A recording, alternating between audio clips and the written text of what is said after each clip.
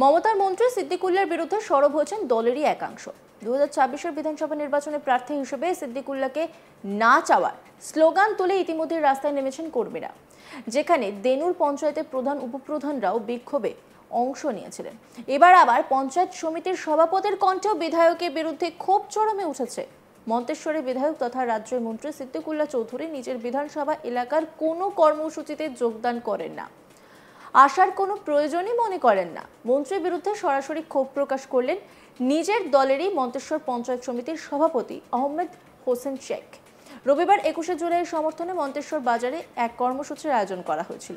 তৃণমূলের এই সম্মেলনে বিজেপি ও সিপিএম সমর্থিত 300 পরিবার তৃণমূলে যোগদান করে বলেও জানান।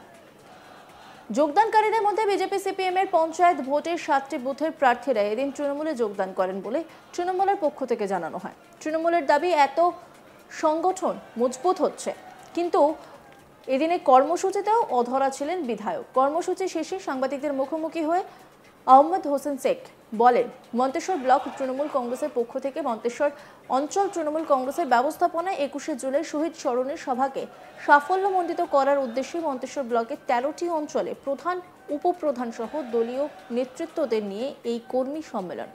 সামনে 21 জুলাইকে মাথায় রেখে কর্মীরা কিভাবে ধর্মতলায় পৌঁছবেন সেই বিষয়ে আলোচনা হয়। উনি বলেন, দলীয় কর্মীদের জন্য 100-র বেশি বাস করা হয়েছে, যাতে দলীয় কর্মীরা সঠিক সময়ে এবং নিরাপদে ধর্মতলায় সভায় পৌঁছতে পারেন। পাশাপাশি এই কর্মী সভায় সিপিএম ও বিজেপি থেকে প্রায় 300টি পরিবার যোগদান করেন তৃণমূল কংগ্রেসে। বিরোধী দল থেকে আসা তৃণমূল কংগ্রেসে যোগদানকারী কর্মীদের হাতে তৃণমূল কংগ্রেসের পতাকা তুলে দেন মন্তেশ্বর পঞ্চায়েত সমিতির সভাপতি শেখ আহমেদ হোসেন। এই কর্মী সভায় বিধায়কের উপস্থিতি নিয়ে প্রশ্ন করা হলে পঞ্চায়েত সমিতির সভাপতি তিনি বলেন, আজকে কেন আপনারা প্রশ্ন করছেন? উনি মন্তেশ্বর বিধানসভার দলীয় কোনো কর্মসূচিতে উপস্থিত থাকেন? এই বিষয়ে ওনার কাছে জানতে চাইবেন। কেন উপস্থিত নেই উনি, এই বিষয়ে উনিই বলতে পারবেন।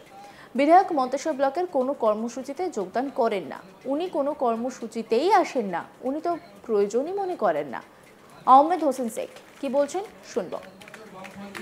সম্মেলনে এলাকার বিধায়ককে আমাদের যেটা মন্তেশ্বর ব্লকের যা কর্মসূচি হয়, আপনারা তো আজকে এখানে জিজ্ঞেস করছেন সাংবাদিক বন্ধুকে, আপনারা জানেন উনি কোনো কর্মসূচিতে এখানে যোগদান করেন না।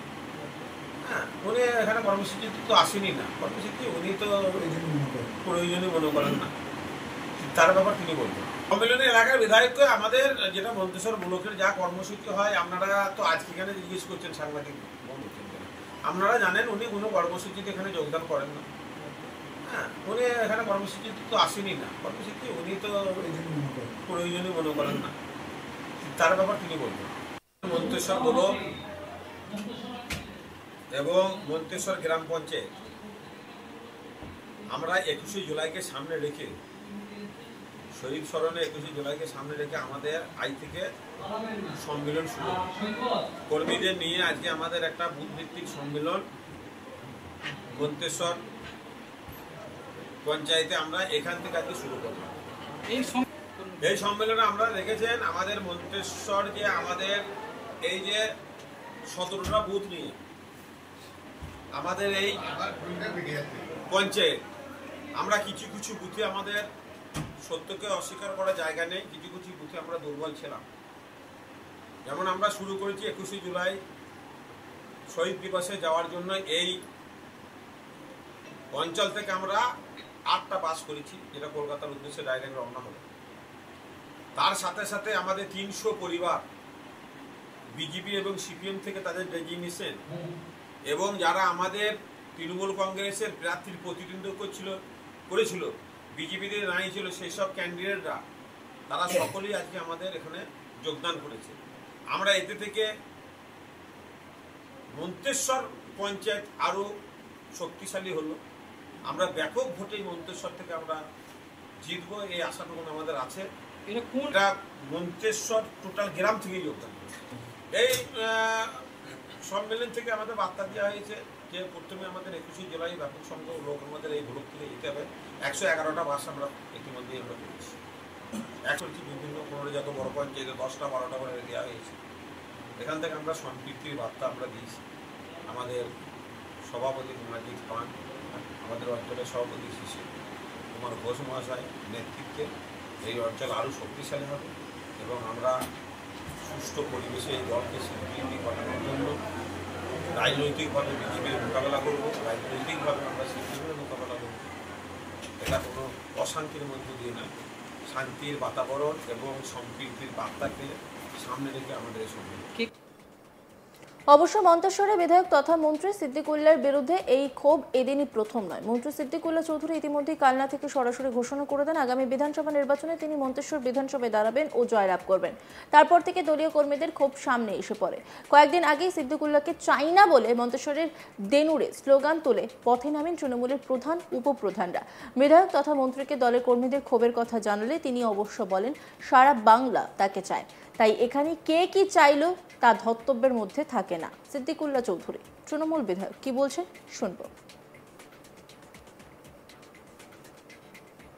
মন্তেশ্বর বিধানসভার অধীন মেমারি কিছু জায়গায় দেখা যাচ্ছে যে আপনার বিরুদ্ধে কিন্তু আপনারই দলের লোকেরা দেখা যাচ্ছে যে বলছে সিদ্দিকুল্লা চৌধুরীকে চাই না, এরকম পঞ্চায়েত এবং পঞ্চায়েতের প্রধান উপপ্রধানরা রাস্তায় নেমেছে। এর উত্তর হলো সারা বাংলা আমাকে চাই। চলো, কিন্তু কেন এরকম এই যে বিধানসভা নির্বাচনে কিভাবে মেটাবে? আমি বলি সিদ্দিকুল্লাহ চৌধুরীকে ওসব বোঝাতে হবে না।